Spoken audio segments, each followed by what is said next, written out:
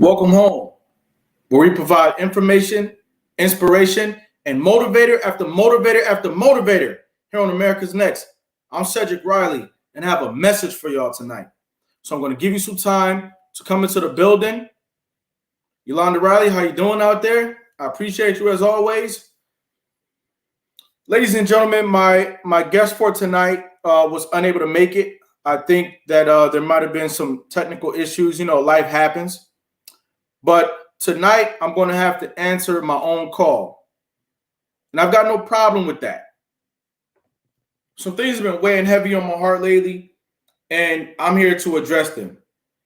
No, this won't be an easy show. This conversation will not be for the faint of heart, for the soft at heart. And this conversation won't be for everybody, unfortunately. No suit today. I'm going to share some thoughts that everybody's not going to like. But the elephant in the room, the elephant in our communities, it has to be confronted. We have to cancel the thug. That's right. We have to cancel the thug. No more being a thug. That's an unacceptable form to be in our communities going forward. I am getting ready to start the movement, start the challenge, start the cause of the cancellation of the thug. Originally, I was going to title this episode, upon cancellation of my original guest, The Death of the Thug. But I don't want to wish death upon anybody. Nevertheless, I needed to come up with a term that describes the need for us to get rid of the mentality and the existence of the thug in our communities. So yeah, drop some comments in the box tonight. Drop some questions in the box tonight. If you don't like what I'm saying, let me know tonight. Because it's time to deal with the issue, the real issue, a real issue plaguing our communities. I was following a rapper. I was watching his interview just 2 days ago. I'm sitting here and I'm watching his interview. And, you know, it appeared to me that even though I don't subscribe to his way of life, anybody who knows me knows that I've never subscribed to a life of violating other people by putting your hands on them, robbing, stealing, killing. I've never been a supporter of that, never been an advocate of it, never been a supporter of it. And before I even get into this, let me explain to you what a thug is not. A thug is not somebody wearing a baseball cap or a dad hat and a t-shirt and thinking that that's a decent outfit. That's not a thug. A thug is not somebody with a hooded sweatshirt on. I'm going to say something else you don't like. A thug is not even somebody with their pants sagging. That's not a thug either. Thug is not somebody with a pair of Air Maxes on or a pair of Timberlands on. A thug is somebody who has decided to violate the lives and life privileges of other people simply because they don't want to be accountable for the competitiveness that's out there in the world, accountable for their own responsibility to get up and learn a way to survive without either going to jail or encroaching upon the rights and lives of others. The excuse that, oh, I'll just be a thug, it's gotta go. And we love to have conversations about what other communities need to do. And this is a universal conversation. You got white thugs, you got Indian thugs, you got Chinese thugs, Hispanic thugs, and you got black thugs, of course. But it's the thug that says, I'm not even going to be your local garbage man. I'm not even going to be your local burger flipper at McDonald's. I'm not going to be your dishwasher at Chipotle. I'm going to be a thug. How many of you know, when I was in middle school, I don't know if anybody else can relate to this. When I was in middle school, sometimes the teacher, instead of teaching the lesson for the day, would just sit back and ask, what does everybody want to be?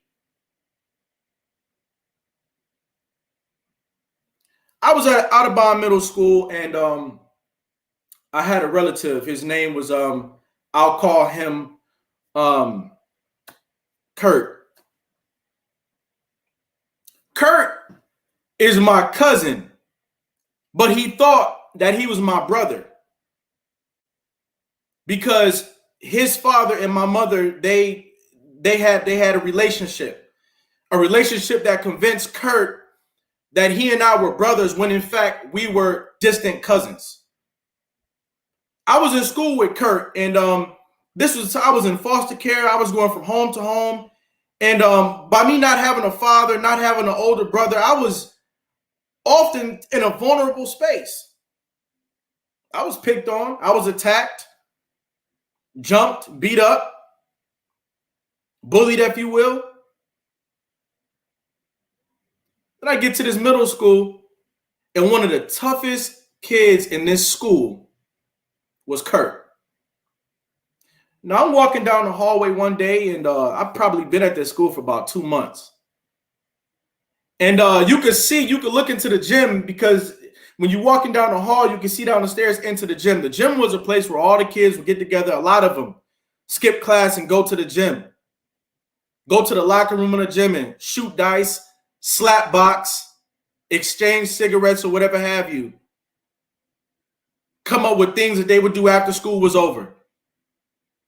Sometimes you might have 30, 40 kids in the gym, not even supposed to be in the gym. They're supposed to be somewhere else in the building, but they're in the gym hanging out. I'm walking past the gym one day. I look down the stairs. This young man on the gym floor, he looked up the stairs at the same time I looked down the stairs. And lo and behold, it's Kurt. Kurt said, "Is that Cedric?" I said, "Yeah, what's going on?" I run down there. We hug each other. We talking to each other. Come to find out, of all the things I had been experiencing at this time of my life, I had family in this school that people respected on a lot of different fronts.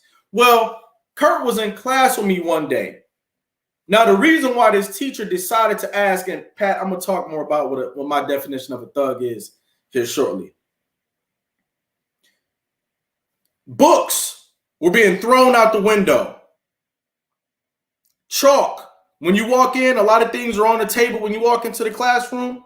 Chalk was taken off the desk and stuck in people's pocket because later on it was chalk being thrown at the chalkboard. Chalk thrown at the chalkboard. Books flying out the window.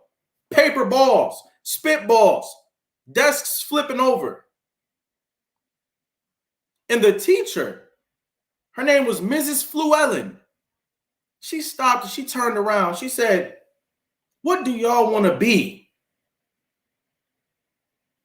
She turned around and she started to continue with the lesson. Kurt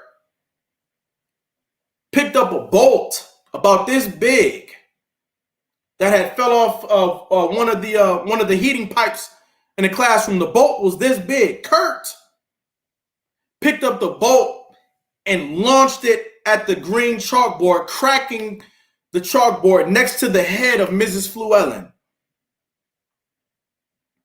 Mrs. Fluellen stopped the class.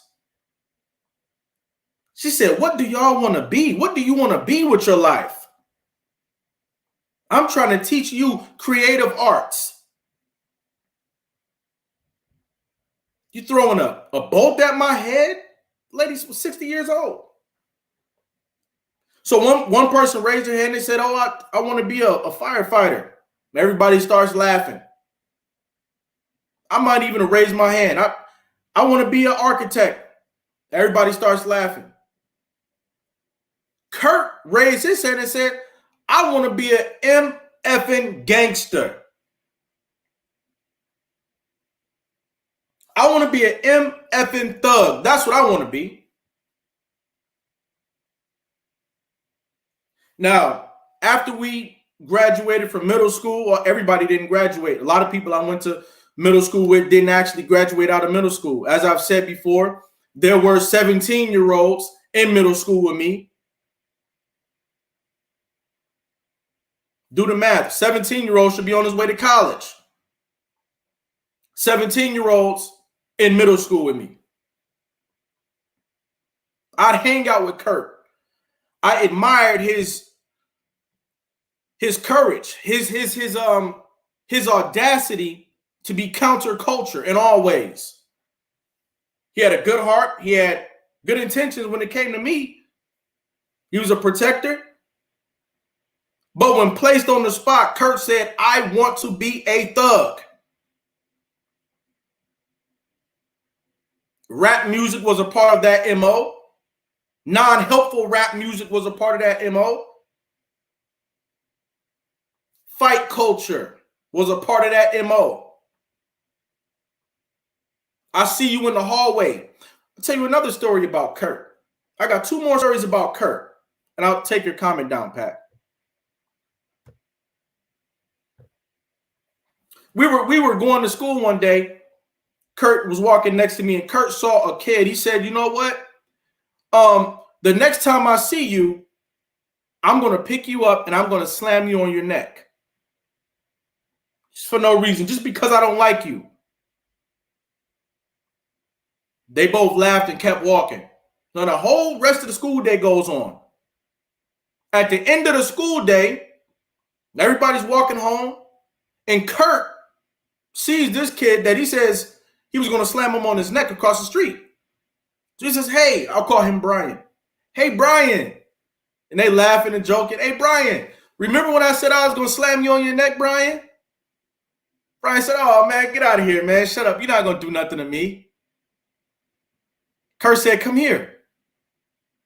He ran up to Brian, and he picked him up to here, and he turned him and slammed him on his neck on the concrete. I was in the 7th grade. Kurt was in the 8th grade. Brian was in the 8th grade. Now, when our parents look at what happened, they say, my child was seriously injured at school today. Do you have the vivid reality, though, of what happened at school that day? Kurt, who wants to be a thug, he wants to live this type of life where he violates you because he wants to. And Brian, who says, I'm also a thug and I am about that life, and I welcome that confrontation because I want to. Willfully engaged each other. And Brian almost lost his life by getting his neck broken on the concrete. Fast forward, 5 years later, I'm in high school. I'm looking around for my relatives, people that I've known in the past. I find out that Kurt is in jail for murder. He killed a drug addict over $10 that he was owed. The drug addict owed Kurt $10. So Kurt shot and killed him. He wanted to be this. So I'm not talking about someone who does not have the choice because they've grown up in poverty. I'm not talking about somebody who is forced to live this lifestyle because of poverty. I'm talking about members of my public and members of many of your publics who willfully decide to be someone who violates the lives of others. It's time to address it. It's time to cancel it. It's time to kill the concept of the thug as an acceptable form of a man or a woman. You guys catch on to what I'm saying? Let's apply it. Let's use it.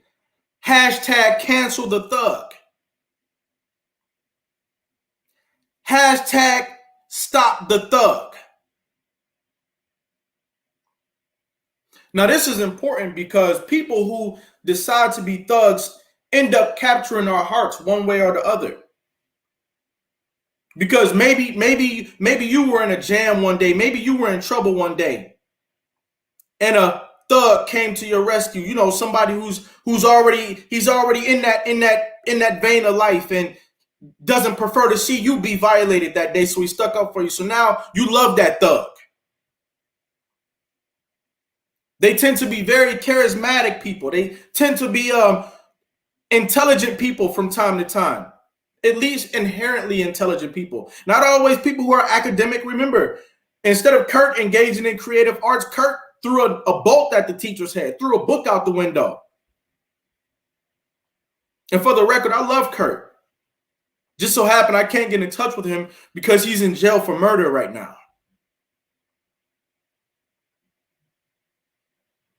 But everybody's consciousness is impacted when a thug is murdered, when a thug takes the life of somebody else, when a thug robs your mother, when a thug robs you. Everybody's consciousness is what we need to start to think about in this day and age. We've been trying to figure out how to keep our families, our communities, and ourselves safe for several thousand years. One form or another of that which we choose to be, gotta go. I'm telling you today, it's the thug that gotta go. No, don't take the human being and wipe him off the face of the earth. Have a confrontational conversation that results in the mental shift, in the spiritual shift, in the behavioral shift of somebody who's currently a thug. And I get it. There's a million other forms of men and women out here in the world today that I could be talking about. But I'm talking about a form of a man and a woman who appears in my life often. And I want to let the thug know that I'm not forgetting about you. I'm not going to miss you as I have a varietal conversation about what's happening in our communities. No. I'm not going to forget the thug. See? And this is a conversation that we need to have. Stop being a thug. Let's stop promoting thug culture. Let's have a conversation, a real conversation, an additional conversation on what's happening in our communities.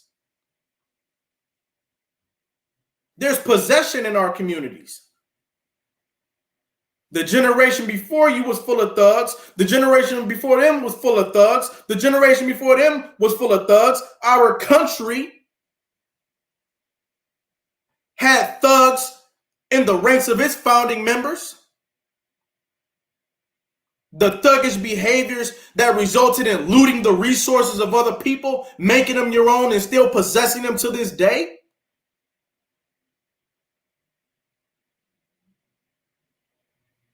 So now you want to be a thug. I'm addressing it today. No more being a thug. Why can't you be a thug? Nobody wins when you are the type of person who believes in the high of violating somebody else. See, I'm providing very important knowledge and insight today from the milieu of the inner city, from the milieu of rural areas untold today. The idea that, hey, I know you get endorphins off of reading books and doing math and being a good person.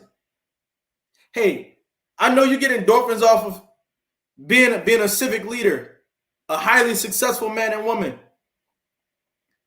I get endorphins off of hurting other people.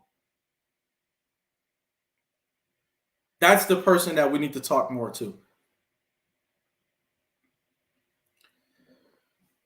Not with the belief that you deserve to be wiped off the planet of the earth.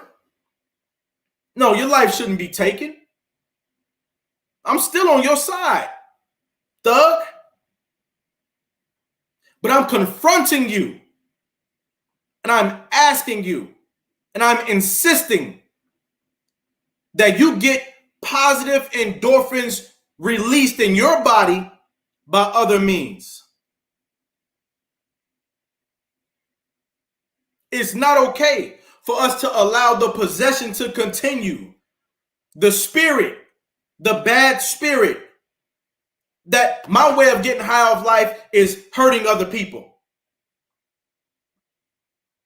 This mentality goes unchecked. Why does this mentality go unchecked? Because this mentality, it doesn't make it into your boardroom because it doesn't get a college degree most often. A lot of the time, this mentality doesn't even get a high school diploma, so you don't have to worry about it in your nonprofit organization that doesn't require a degree. You don't have to worry about it there either. You know who has to worry about the thug? The people who live, go to work, and come home in cities clear across America. Why? Because the thug decides to sell weed. The thug decides to sell drugs. The thug decides to do things that you probably don't even know about. The thug is the reason why it's dangerous for you to just wander out. You can't get depressed and take a walk at 2 or 3 in the morning in a lot of these neighborhoods.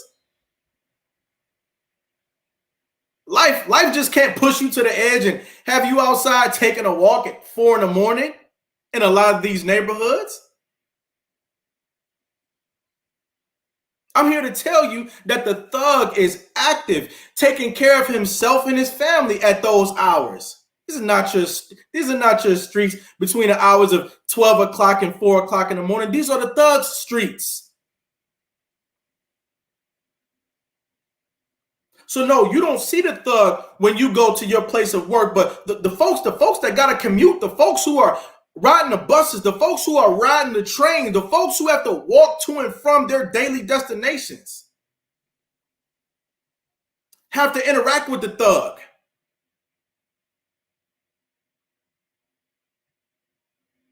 I'm hoping that a few thugs who I know watch this episode tonight. Get in touch, drop a comment, drop a question. Ask me if I'm talking about you. We have to stop the adult form of the thug. Everybody's consciousness is connected to everybody. I'm trying to live my life in a productive way to keep myself safe and my family safe. But my consciousness is connected to you. So if I'm out here doing the best I can do, but you're over there being a thug, and then you end up going to jail for years, that affects me. It hurts me. I'm doing the best I can in life, but you're out there thugging and somebody takes your life. That hurts me. That affects me.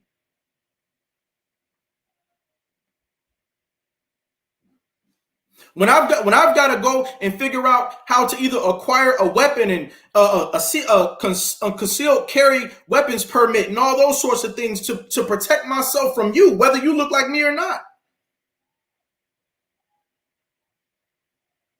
The thought that I have to use lethal force against someone else, it hurts. Got a million other things to think about besides a thug. Now, if when I say the word thug, you think black man, you're wrong. If when I say thug, you think white trash, you're wrong. There's all kinds of thugs out there. The thug has acquired a mentality that I'm going to get endorphins off of violating other people. And we need to address that mentality. That's what we're talking about tonight. If you're out there in TV land and you feel like this is a relevant discussion, I want you to find me on Facebook at Cedric Speaks. The TV show page is America's Next Motivator. Have a conversation. Drop a comment. Let me know that you see me out there. This is a TV show, ladies and gentlemen.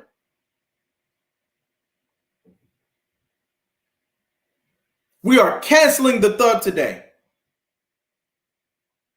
No more thugs. We're going to separate the thug from the stand-up man and the thug from the stand-up woman in the second half of tonight's episode.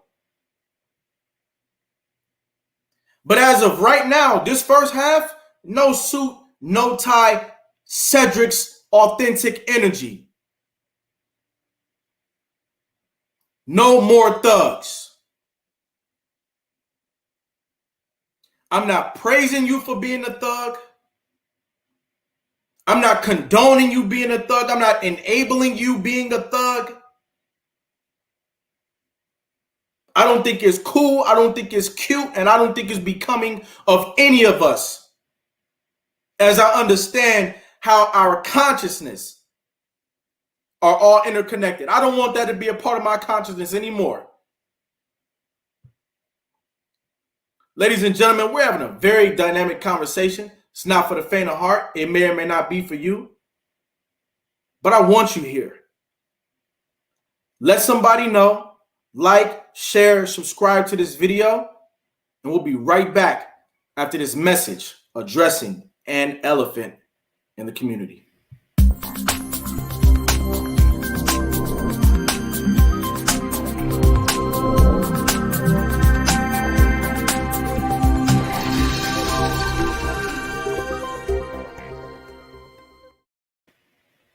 America's Next Motivator. Monday, Wednesday, and Friday at 5 p.m. Eastern. Tuesday and Thursday at 10 a.m. Eastern. America's Next Motivator. Hosted by me, Cedric Riley, and sponsored by the Pride Empowerment Network.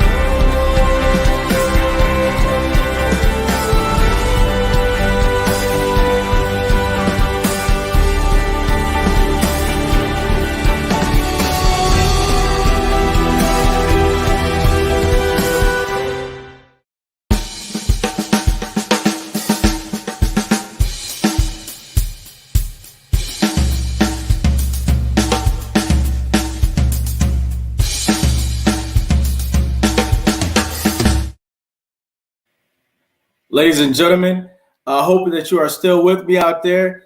Hey, I'm capable of smiling. I'm capable of engaging in a good feeling conversation.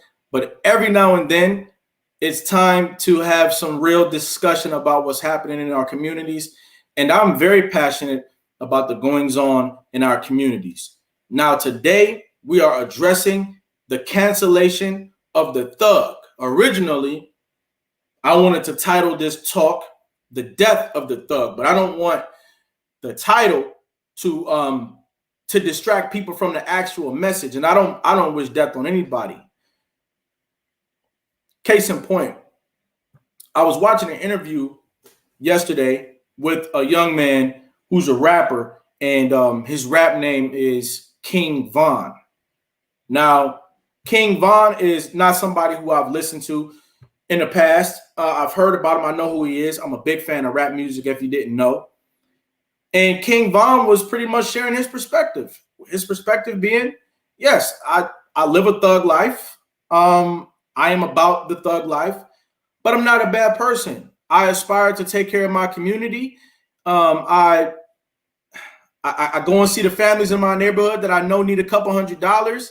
You know, I go and see the local drug addicts that I know just need a hand up off the ground. I give out money, and nobody messes with me. I'm well known. I'm directly associated with gangs in the community, and that's the life that I've decided to live. And I'm a good person, and I've got a good heart. These are the positions in life that thugs get to, which makes people fall in love with the adult form of the thug. The one who says, "Oh, I've got the respect. I've done the things that you said I didn't do. But now I come back and I play the part of Robin Hood by dropping off money there and taking pictures with the kids." But last night at about 3 o'clock in the morning, King Von was shot to death. So now his family members, people who love him, I'm sure his mother didn't want him out there 3 o'clock in the morning thugging. His children, people he may have given $100 last month that praying and hoping they get to see him again. He told him he'd be back. He'll never be back. He'll never be back with the couple $100s or the couple $1,000s. That kid whose only hope was that King Von would give him $50,000 to go to college or to be able to establish a business for himself. He misses that opportunity now. His children, who were once protected by his legacy of being an affiliated gang member out here in the community, are no longer protected by their father. The mother, who I'm sure doesn't want to account for half the things that her son probably actually did, she don't want to just digest that her son was out here thugging in the streets and now he lost his life and that she should just move on. No, she's focusing on the innocence of her child, the innocence that she knows. The aspect of him that was so much different than the thug. So the reason why this strikes a chord with me today is because I won't have the benefit or the pleasure of seeing King Von become a more mature man who decides to take his life in a different direction or to do more positive things with his life. Because in the end, we all lose when you decide to be a thug. Everybody loses when you decide to be a thug. And so I want to encourage us to stop accepting that as a form of an adult, whether it be a man or a woman. Men out there, if you have a friend out there who's thugging and you're not, I'm encouraging you tonight to have a conversation with your friend about the thug life that he's living and how people love him and how he does not have to continue to live that life. Have a conversation. Be confrontational with the thugs. Ladies out there, you might be dating a thug. This thug might be protecting you, providing for you, and making you feel that your whole life is safe and secure. Have a conversation with the thug in your house. Let him know, hey, you can change. Nobody wins. Nobody wins when you're a thug. The mothers out there, you know that your son is a thug. You thought it was cute when he won a fight. You thought he was handsome when he put some clothes on and came over for your birthday. Have a conversation with your son about how he can change his life. He can change his perspective. Fathers out there, hey, I know everybody was not going to like this conversation tonight.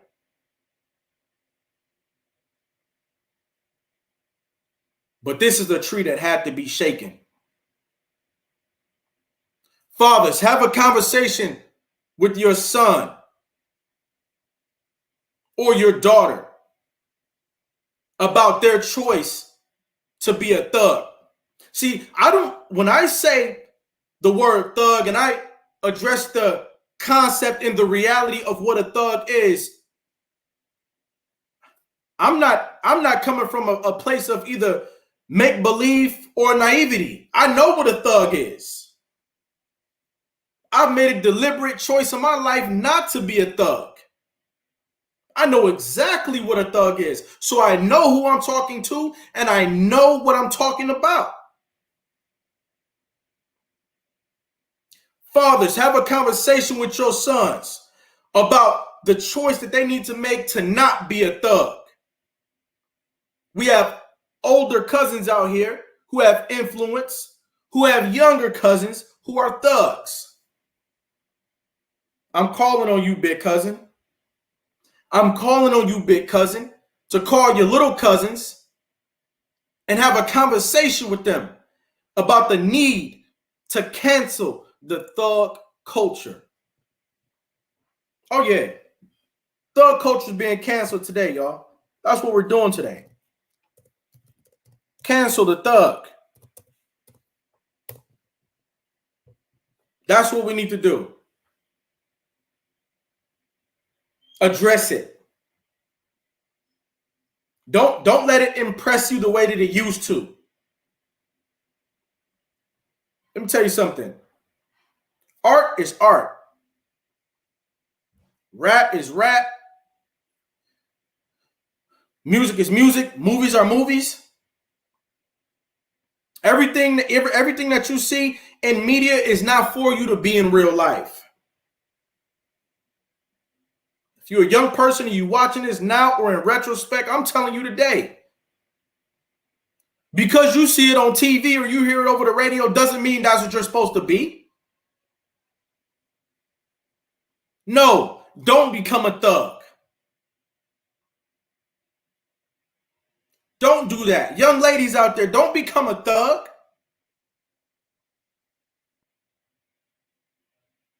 You see, so many of us are making the best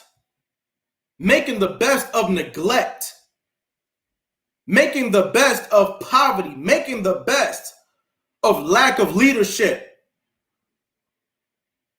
And in that, we relish thug culture. We relish gang culture. Oh, it feels good to be a gang when nobody wants you.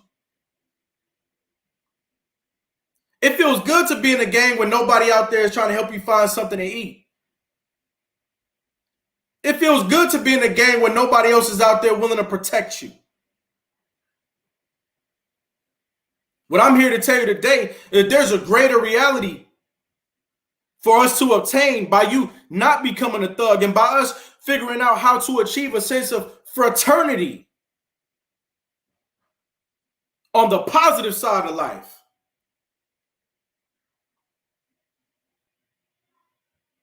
When you lose your life, when you lose your life, or when you influence somebody to do drugs or sell drugs because that's a part of you thugging,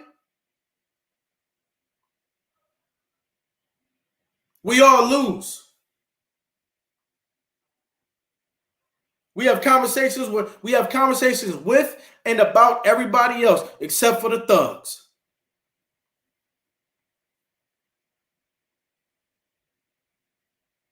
Humanity needs us to wake up in this way. You're a young thug, I need to talk to you tonight. I don't need you here today, gone tomorrow. I need you to take that mental acumen and apply it in a different direction. Start a business. It costs nothing for you to start a business. It costs nothing for you to start a business. I went to a garage sale one day, and I was talking to this gentleman. He was selling a lot of stuff. And he said to me, you know, you seem like a pretty decent young man. What are you into? And I was telling him that I was in a process of incorporating a business before I would actually go into selling merchandise and stuff like that. And he said, you don't have to wait on certification or validation from anybody for you to engage in business. It's your human right to engage in commerce. You got the right to engage in commerce. Let's create a new system for you to get the necessary endorphins that you need to feel fulfilled.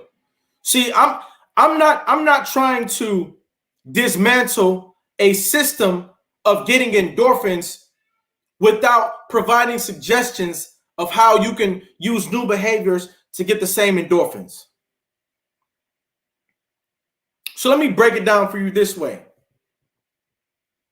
You get major endorphins by serving others. Find a product or service that you can provide to other people that's legal, that puts money in your pocket, that adds value to your life, and that you can do over and over and over and over and over again. What we don't talk enough about is the need for people to feel different chemical releases in their brain and in their hearts and in their bodies. People need to feel wanted. People need to feel needed. People even need to feel revered, respected, upheld. And when you don't follow and you decide to stay back from the pack, what's left for you is ill company. When you stay behind, when you don't go like everybody else goes. Everybody else goes to school, they join the fire department, they join the military, they pick up a trade, they do something. Everybody else who stays behind and does nothing is an idle opportunity for a bad possession. Bad possession meaning what? Hey, you standing around, why don't you? You standing around, why don't you join this culture? Anti-culture, counterculture. So in order for us to become an anti-fragile society, because right now we're a fragile society. Part of what makes us fragile as a society right now is that we are not stoppers of the thug mentality. We are not stoppers of thug culture. And in us not being confrontational with thug culture and campaigning to remove it from our communities, thug culture runs rampant and it has a bad impact all over the place. How many of our people are in jail because they chose thug culture? How many of our people are in the graveyard right now because they chose thug culture? How many of our women are out there, a single mother, an unhappy mother, an unprotected mother, a disrespected mother because somebody decided to be a thug? How many children are in foster care or up for adoption because their parents made a conscious decision to be a thug. What I'm also sharing with you tonight is that somebody who's a thug is not always somebody who had to be that way. I know you. I know what it's like when you have no other way. And so you choose to do something illegal. But even when you have no other way and you choose to do something illegal, you eventually get to the point where you know better and you have the resources to do something different. Nobody has to remain a thug. You don't have to remain a thug. Check your ego. Listen to this conversation that I'm having with you today. And think about it. Am I really adding value to my life and the lives of others by me being a thug?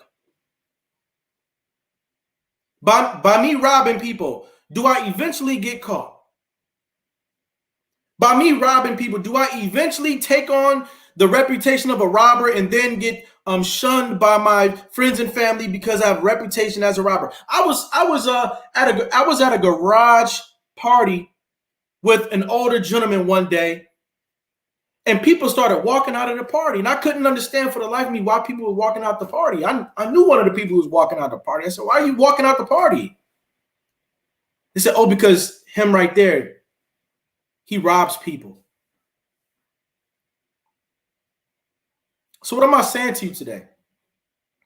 In order for us to become solid, in order for us to become anti-fragile as a community, there's something that we need to get rid of. There's something that we need to remove. There's something that we need to use our media spaces to discuss, to get in front of, and to dismantle. And that is thug culture.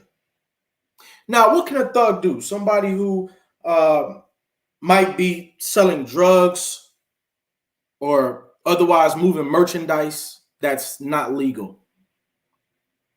You could be selling CMOS. You can find a wholesale distributor of raw, real CMOS. You can take that same money that you would have taken to buy some contraband and do something unsafe with and buy a vegetable, a plant called CMOS. You can buy this CMOS from a wholesaler, either overseas or right here in America. There is also CMOS farms right here in America. You can process that CMOS, learn, get into it. Get into it. Learn how to process CMOS. And then you can sell the CMOS. I mean, every type of thug there is can stop dead in their tracks, turn around, start selling CMOS. Does selling CMOS make you a good person immediately? No, it doesn't. But as you begin to do something positive and your body begins to instinctually know that you can get the same endorphins that you were getting doing something bad by doing something as positive as providing CMOS to your communities, that's when you can change. When you see for yourself how good it feels to help people, become a helper. Helping people feels better than hurting people. Listen, I know your trauma. It hurted you, and now your rationalization of effective life is hurting other people. I know that. What I'm sharing with you today is that we all lose when you decide to be someone whose rationale of life is hurting other people. I understand that cognitive dissonance prevents you from changing your ways because so many of the people that you love and respect are thugged out.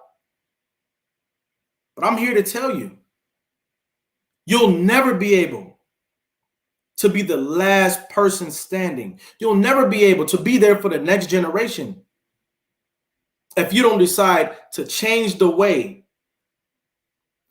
that you make yourself feel good about yourself.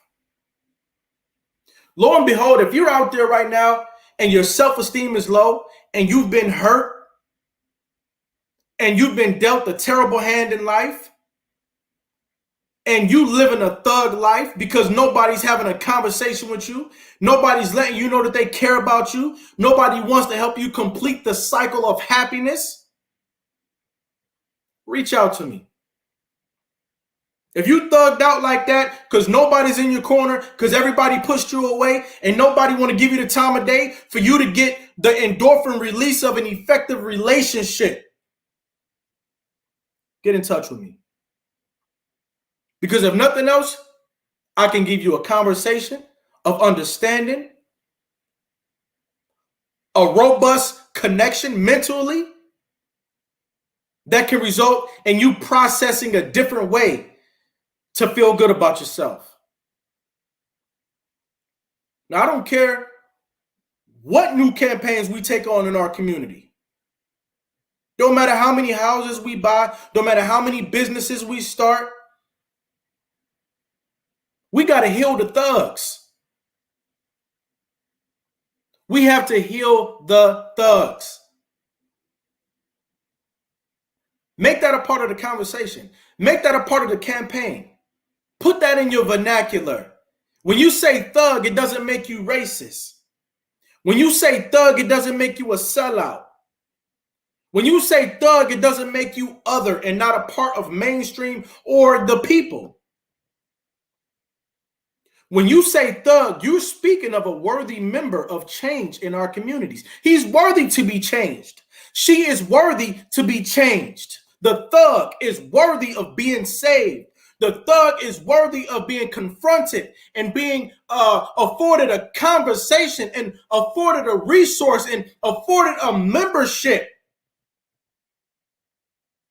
into a culture that can help them to come up out of it. Thug life is deep, y'all. I had a best friend. Our mothers were best friends. We were almost born together. He was a great man. He was an artist. He was a thinker. He was strong. He was a bodybuilder.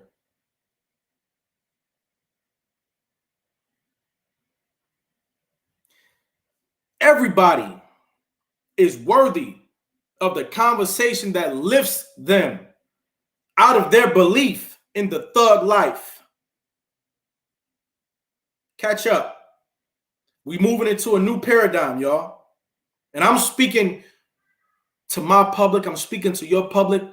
Everywhere this video might be liked or shared. This was a different episode today. Show some attention to the thugs because they need it. The thugs need some effort to be turned around. Let's not continue to condone it. Let's not continue to enable it. Some of those parents know what I'm talking about. You've been encouraging your child to be a thug. Some of you out there afraid of the thug and afraid of the thug mentality and won't let the word come off of your lips. You don't want to see it in your literature. You don't want to see it coming across your website. But it's the thug that needs to be addressed, the self-proclaimed thug that needs to be called by his or her name and provided an effective conversation. Let's cancel the thug. I want to see you selling sea moss. I want to see you turning your life around and sharing your story. Turn it around, become a speaker. Turn it around, get into real estate, turn it around, start a car wash. Nobody's got to give you a certificate for you to start a car wash. I don't believe anybody needs to give you a certificate for you to start shoveling snow, raking leaves, cleaning gutters. You are so much more powerful when you turn your life around. And I want you to be reminded of that today. You are so much more powerful when you decide to achieve a new set of behaviors for getting the endorphins that you need, the endorphins of reverence. It's okay to be a king. It's not okay to be king thug. It's okay to be a leader. It's not okay to be leader thug. It's okay to be a father. It's not okay to be father thug. It's okay to be a mother, a nurse, a CNA, whatever it is that you decide to be. It's not okay for thug to be on the end of it or the front of it. Let's have these types of conversations. Let's create positive organizations, collectives of assemblies of people who set out to do positive works in the world. And there's a difference between anger and fury. I'm not saying you can't have no fury. Fury is correct. Fury is necessary. But when you're angry and you're disrespecting your fellow humanity, and you're hurting them, you're taking their lives, your life is being taken. It's affecting all of our consciousness. Each and every episode of America's Next Motivator is going to have something here for you. All you got to do, just like you did today, is stop by and pick it up.